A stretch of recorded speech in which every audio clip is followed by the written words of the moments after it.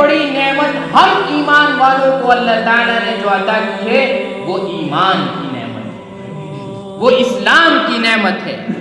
ہمیں احساس نہیں ہے اس نعمت کا، ہمیں احساس نہیں ہے اس قدر کا۔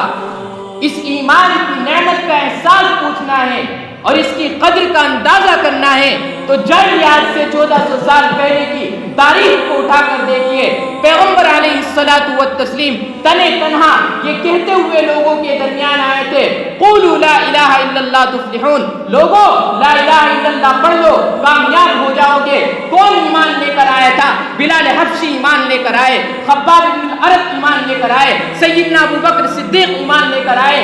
کیا سلوک نہیں کیا دنیا والوں نے ان کے ساتھ؟ حضرت بلال حبشی رضی اللہ تعالیٰ عنہ کو اسی ایمان لانے کی پاداش میں تپتی ہوئی زمین پر 60 ڈگری ٹیمپریچر کے اندر تپتی ہوئی ریت پر لٹا دیا جاتا ہے، پتھر کی چٹانیں رکھی جاتی ہے، کوڑے مارے جاتے ہیں۔ کس بنیاد پر؟ ان کا آقا یہ کہتا ہے امیہ ابن خلف کہ محمد صلی اللہ علیہ وسلم پر ایمان سے ہاتھ دھو لے اور ہمارے خداؤں کو ماننے والا بن جا، ابھی تجھے چھوڑ دیے جاتے ہیں۔ لیکن تاریخ نگاروں نے یہ لکھا ہے، سیرت نگاروں نے یہ لکھا ہے کہ بلال حبشی رضی اللہ تعالیٰ عنہ کی زبان مبارک سے جو کلمہ نکل رہا تھا وہ عہد کا کلمہ نکل رہا تھا، ان کے دل کے اندر اس کلمہ۔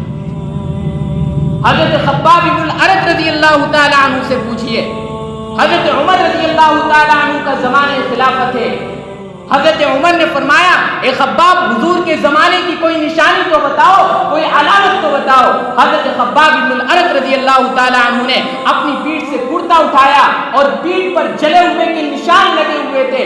ماجرا پوچھا گیا خباب یہ کیسے نشانات ہیں، یہ کیسی علامتیں ہیں؟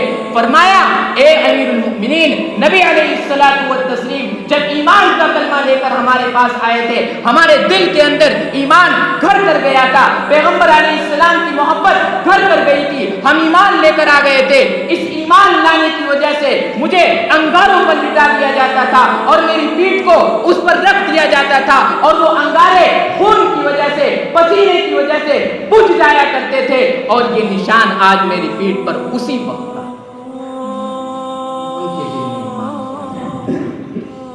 انہوں نے قربانی دی تھی، انہوں نے اس کو حاصل کرنے کے لیے اپنی جان کو قربان کیا تھا، اپنے مال کو قربان کیا تھا، اپنے بیوی بچوں کو قربان کیا تھا، اپنی اولادوں کو قربان کیا تھا، اپنی جائیدادوں کو قربان کیا تھا، اپنی زمینوں کو قربان کیا تھا۔ حضرت عمار بن یاسر رضی اللہ تعالیٰ عنہ کے سامنے ان کی والدہ کو شہید کر دیا جاتا ہے، جسم کے نازک مقام پر برچھا مارتا ہے ابو جہل۔ اس ایمان کی خاطر، اس اسلام کی خاطر سب سے پہلے شہید ہونے والی خاتون جنت حضرت سمیہ رضی اللہ تعالیٰ عنہ ہے۔ حضرت یاسر رضی اللہ تعالیٰ عنہ کو شہید کر دیا گیا اس ایمان کی خاطر، اس اسلام کی خاطر۔ انہوں نے قربانی دی تھی اس اسلام کی اور اس ایمان کے لیے، اس لیے ان کے دل کے اندر ایمان کی قدر، ایمان کی عظمت۔ موروثی طور پر آج ہم مسلمان ہیں، یقیناً مسلمان ہیں، وراثت میں مل چکا ہے ایمان، لیکن یقین والا ایمان کہاں ہے؟ وہ ایمان جو صحابہ کرام کے دلوں کے اندر موجود تھا، وہ ایمان کہاں چلا گیا؟ اللہ رب العزت نے فرمایا یا ایھا الذین آمنوا آمنوا باللہ ورسلہ، اے ایمان والو ایمان لاؤ اللہ اور اس کے رسول پر۔ اس کا مطلب یہ ہے اللہ فرمانا یہ چاہتا ہے ہاں ایک ایمان تو تمہارے پاس ہے، اقرار باللسان تو ہے، زبان سے تو اقرار کرتے ہو، لیکن دل سے ایمان لے کر آؤ اللہ اس کے تمہارے بن جائے تو اس کی خدائی میں ذرہ برابر بھی اضافہ نہیں۔ لرزا دینے والی آیت ہے افتؤمنون ببعض الکتاب وتکفرون ببعض، کیا تم کتاب کے بعض حصے پر ایمان لاتے ہو اور کتاب کے بعض حصے کا انکار کرتے ہو؟